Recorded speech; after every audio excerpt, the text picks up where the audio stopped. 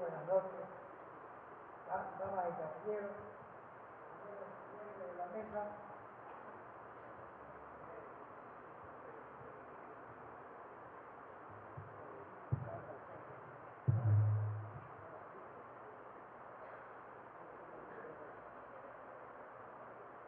Les puede extrañar que esta noche en este tema aparece un profesor de Derecho Romano.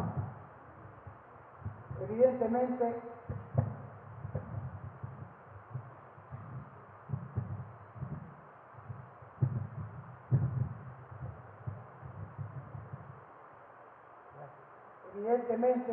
parecería un poco fuera de lugar, se ha hablado de una ley o de una cuestión de derecho tan moderno, aparentemente, y es verdad, ciertamente verdad, en lo moderno, sobre la competencia. Vamos a ver qué sucede entre las personas en el comercio, aquellos que ofrecen, aquellos que compran. Hay una serie de actos, una serie de contratos, y todos esos actos y contratos son actualmente todavía de derecho romano. Para entrar en la materia, voy a empezar por una institución que se ha encontrado en cuestiones arqueológicas y sobre algunas leyes hace pocos años, 2 o 3 años, en España, y se llama Carum. El Carum es una fórmula de las civilizaciones fenicias, en las cuales ellos se dedican a ir a algún país, se instalan en el país, hacen un contrato especial que ahora llamaríamos derecho internacional público entre ellos y el dueño del lugar, o el rey, o el jefe, o lo que fuere, y en ese lugar instalan una serie de edificios que se han encontrado exactamente, y además de unas leyes. En esos edificios concentran las personas que vienen de Fenicia, solteros, que están ahí, o los otros que están casados, o aquellos que se van a unir con las damas del lugar. Luego una bodega para poner las cosas que van a exportar y otra bodega de las cosas que ellos importan. Y dentro de las leyes que se encuentran han establecido un balance entre los precios de aquellos que traen, aquellos que compran, y hacen ya ellos sus beneficios matemáticamente apreciables, que no suben en mayor porcentaje ni tampoco bajan, salvo cuando se ha encontrado que han habido escasez de esos productos. Consecuentemente, el comercio, el derecho y la cuestión de la competencia se van trajinando entre ellos. En lo que se refiere al derecho romano, esto del Carum es muy anterior a Roma. Roma hace lo mismo, ya vamos a ver cómo, pero Roma es el territorio donde van a venir los terceros, los extraños, pero no los deja ellos que tengan un contrato para quedarse, sino que Roma hace exactamente al revés, los captura, con su manera de ser y con el derecho. Roma es una ciudad que se halla en la encrucijada de 2 caminos. Uno que se llama la vía del acero, la vía férrea, que viene del norte de Europa y va al sur de Europa. Y el otro, la vía salaria, que va desde la ciudad de Ostia actualmente hasta el Rímini en el otro lado de Italia.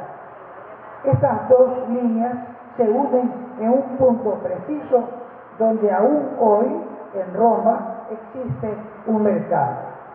Ese mercado es la primera forma material en la cual va a manifestarse estas cuestiones del derecho de comercio, que los romanos llaman jus commercium, que significaba no solamente una traducción rápida de derecho de comercio, sino que significa, por las palabras latinas, significa la continuidad de los eventos que hay que realizar dentro de la sociedad civil. La sociedad civil la ven ellos con la sociedad propiamente civil, jus civile y jus commercium.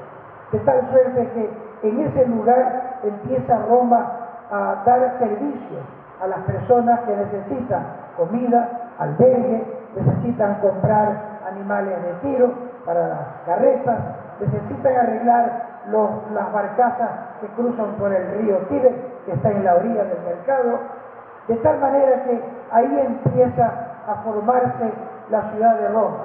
Roma, como todo el mundo sabe, la leyenda, 7 colinas, en realidad son pequeños pueblos de distinto origen, la mayoría de ellos de raza aria, de ahí que el latín es la lengua nuestra, lengua aria, latín, y uno de ellos, etrusco, que no tiene nada que ver con las razas originales, pero que aporta a Roma muchas cosas, especialmente el abecedario, y luego algunas cuestiones de orden religioso y de orden político.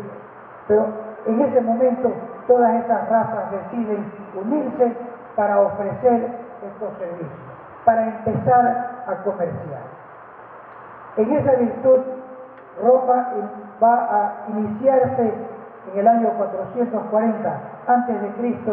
con una ley que va a generar una serie de leyes que van a ser dedicadas a controlar el precio de los productos en las diferentes partes de la ciudad, luego de sus provincias, luego del gran imperio romano que en el siglo II después de Cristo hasta el V después de Cristo abarca 3 continentes y la tercera parte del mundo conocido y de los habitantes.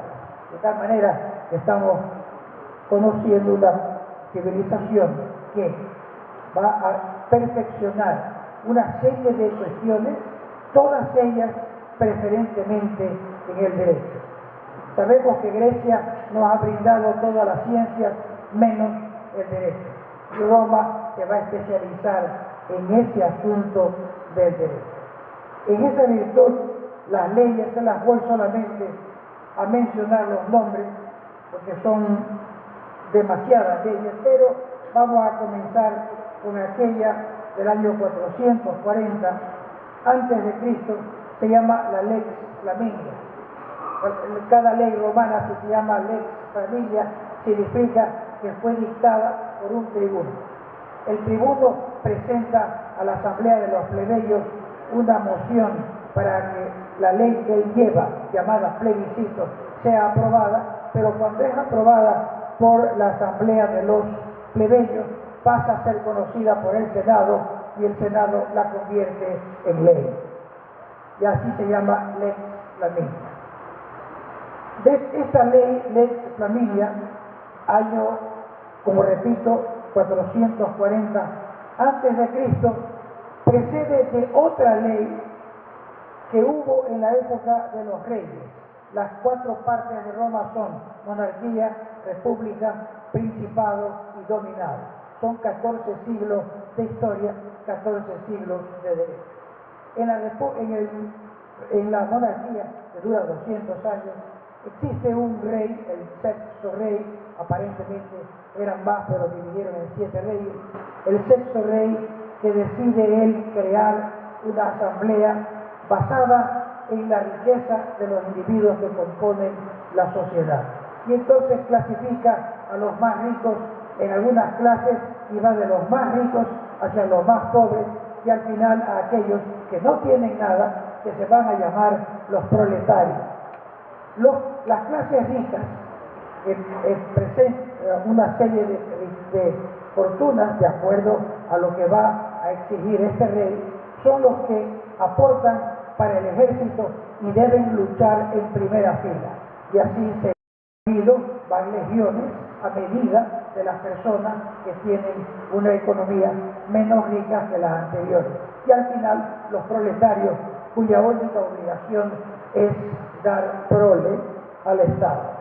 Esta forma es aparentemente le llaman a la Constitución, pero una Constitución bastante especial, porque sabemos que pasar una Constitución en la cantidad de dinero de cada ciudadano no resultaría muy justo. Resulta en el plano militar porque los ricos pelean primero, mueren primero, porque están delante de las legiones y los menos afortunados van hacia atrás. rara vez se tuvo que llegar hacia atrás en la historia militar, pero por otro lado, como ellos sufren el embate de la guerra, les dan la ventaja de votar primero que las asambleas. Esa forma, naturalmente, en estos momentos no cabría en nuestras mentes, debido a toda la época de las constituciones, que además arrancan también todas estas de Roma, pero en esas circunstancias funcionó. ¿Y cómo funciona? Es a través de los actos de comercio que cada uno de los individuos es capaz de emprender. Y cada acto de comercio que ellos ejercen es controlado por el Estado. Significa que ya en ese año, aproximadamente hace 600 años antes de Cristo, existe un control sobre aquello del comercio. El control se debe a que el rey exige que los más afortunados que presentan todas estas cuestiones comerciales que tienen mayor riqueza vayan a la cabeza del ejército y luego voten ellos primero. De tal manera que ahí tenemos una primera cuestión basada en esta constitución, entre comillas, que hubo en Roma hace 2600 años. Pasa el tiempo y viene la Lex Flaminia y otras leyes que van a empezar directamente a controlar el máximo del precio de las cosas. Ellos, a través de ese control del máximo, recurren a una fórmula bastante práctica, por cierto, en la cual se va a saber hasta cuánto se puede vender esa cosa, dejando un margen de venta hacia abajo, ¿verdad?, a cada comerciante y cada comprador. Esas fórmulas son prácticas cuando la sociedad es totalmente controlable, se encuentra en un mismo sitio, tiene un panorama igual, entiende todo la misma ley. Evidentemente, cuando Roma va a empezar a crecer y a devenir en un imperio en 3 continentes distintos, ya no va a poder aplicar esta norma del precio máximo, va a empezar a aplicar la norma del precio mínimo, porque es más fácil para ellos controlar un precio mínimo cuando el imperio ha crecido, y estamos hablando de un imperio que, si bien es cierto, duró 14 siglos, no es menos cierto que no tenían las ventajas de la comunicación, del transporte, y que la aventura marítima era verdaderamente azarosa. De tal manera que ellos buscan acomodarse en fijar precios topes y fijar precios mínimos. Entre estos dos márgenes, la nación puede discurrir. Paralelamente a esto, el Estado romano empieza a crear una especie de subsidio hacia los proletarios, hacia los plebeyos, como instaurando mediante leyes, una serie de 12 o 20 leyes, en las cuales va a fijar el precio de una medida de trigo llamado modio. El trigo, como ustedes entenderán, para los romanos era vital. El trigo se convierte en pan. De tal manera que el Estado provee de trigo a través de todas las conquistas que ha hecho, a través de su comercio marítimo, que ya es del Estado. El Estado quita a los particulares del comercio marítimo y lo guarda para él, para poder proveer precisamente de trigo a la ciudad de Roma, que en la época de Augusto llega a la cantidad increíble para ese entonces de 2 millones de habitantes. Esas leyes que fijan el precio de la medida del trigo son medidas o precios, que tienen relación con el costo del trigo. Si el trigo tiene un costo X, entonces el Estado romano va a tratar de pagar un poquito más del X. De tal manera que, si bien es cierto el Estado eroga una cantidad, no es menos cierto que mantiene el precio de un elemento tan básico como el trigo que se convierte en pan en esa civilización. Desafortunadamente, en los hombres políticos de Roma, como Julio César, que termina todo un periodo de la República, 700 años de República, Julio César comete el gravísimo error, y yo estoy totalmente de acuerdo de llamarlo así, un error, el de dar trigo gratis a la población. Porque en ese momento el Estado empieza a recurrir a través de otras leyes y a través de impuestos a los comerciantes y de tratar de bajar la cantidad de oro en sus monedas, y esa cantidad que no pone en una moneda la multiplica en otras y crea la inflación. A partir del siglo I después de Cristo empieza a haber problemas de orden económico muy severos en Roma. Uno de ellos, voy a mencionárselo, hubo una burbuja inmobiliaria en el año 33 después de Cristo. El dirigente máximo romano, el príncipe, era Tiberio, y entonces habían 3 bancos. Los bancos estaban en un mismo lugar, controlados por el Estado, obviamente, y empiezan los bancos a quebrar porque existe un sobreprecio sobre unos papeles que circulan, que tienen como garantía unos inmuebles en Roma.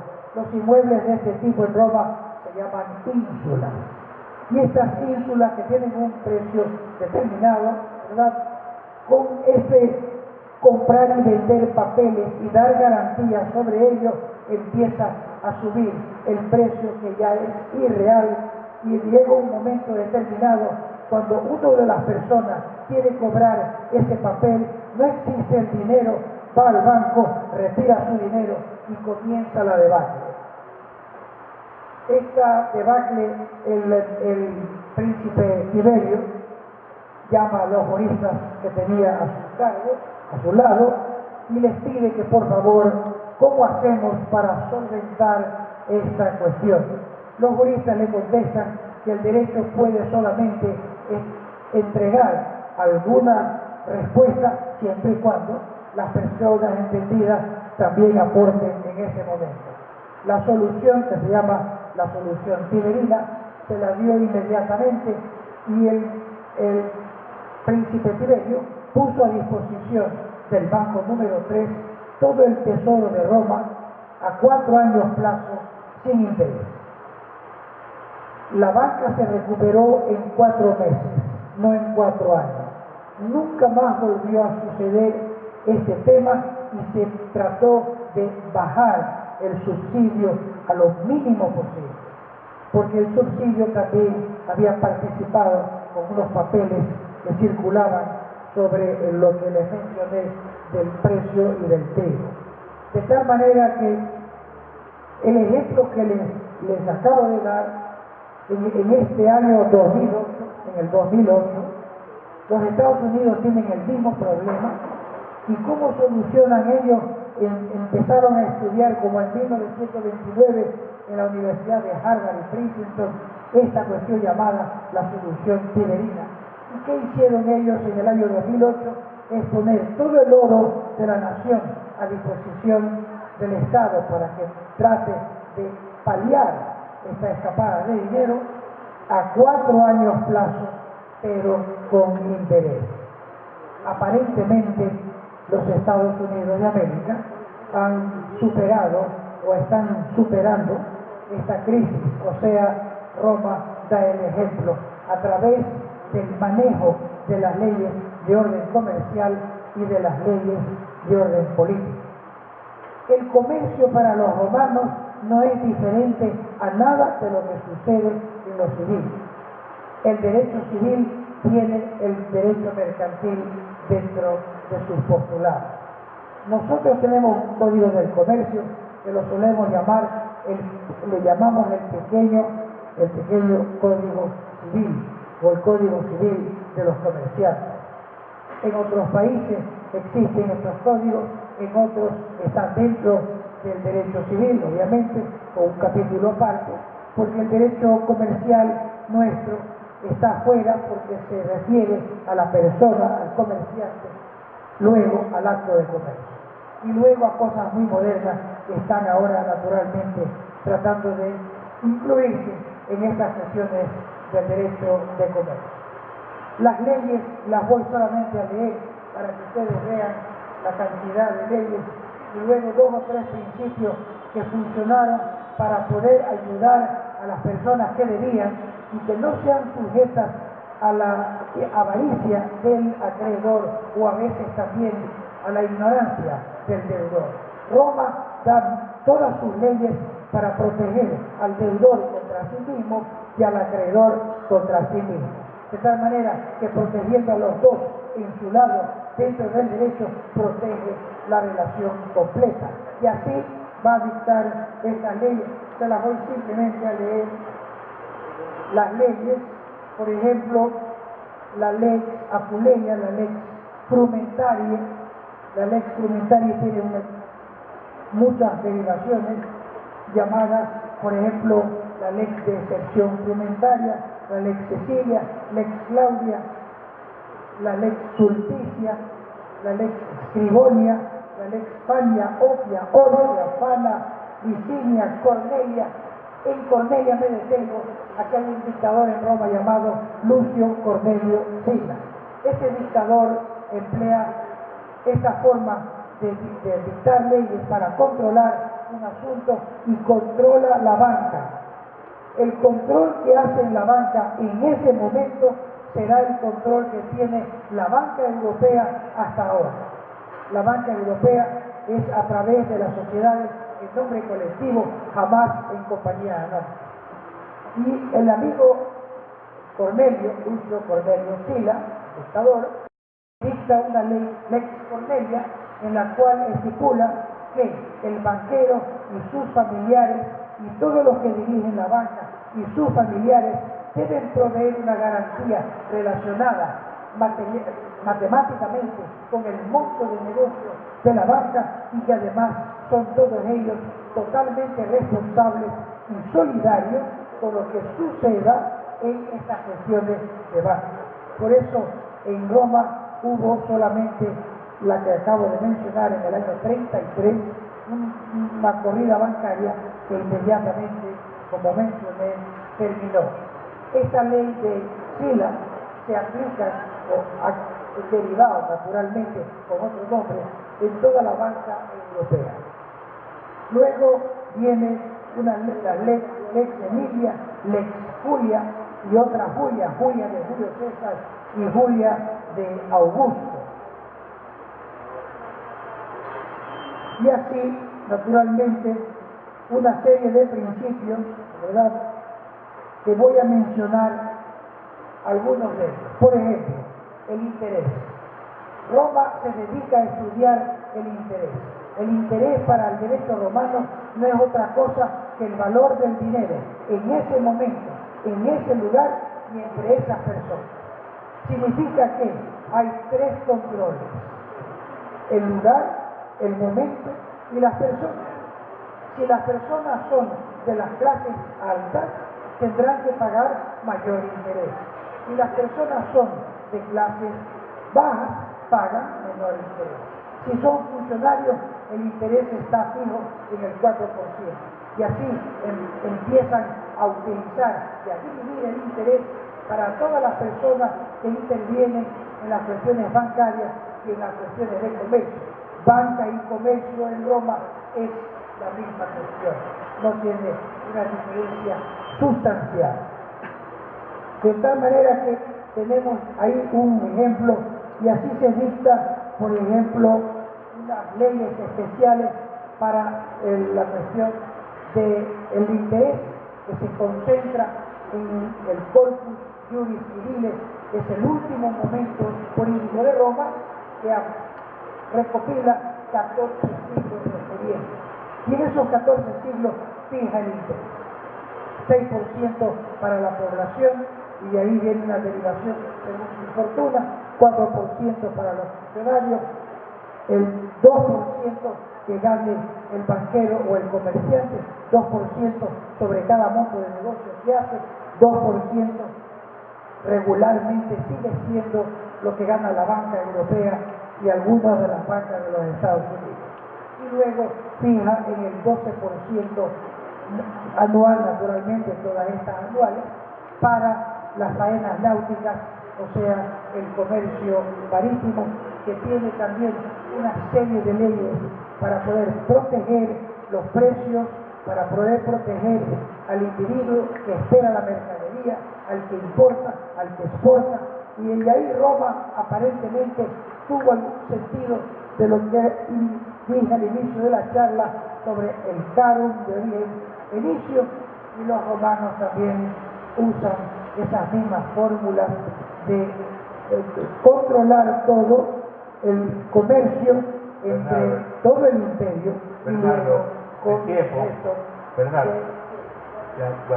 y luego con el resto de las naciones con las que comerciamos. Muchas gracias por tu atención.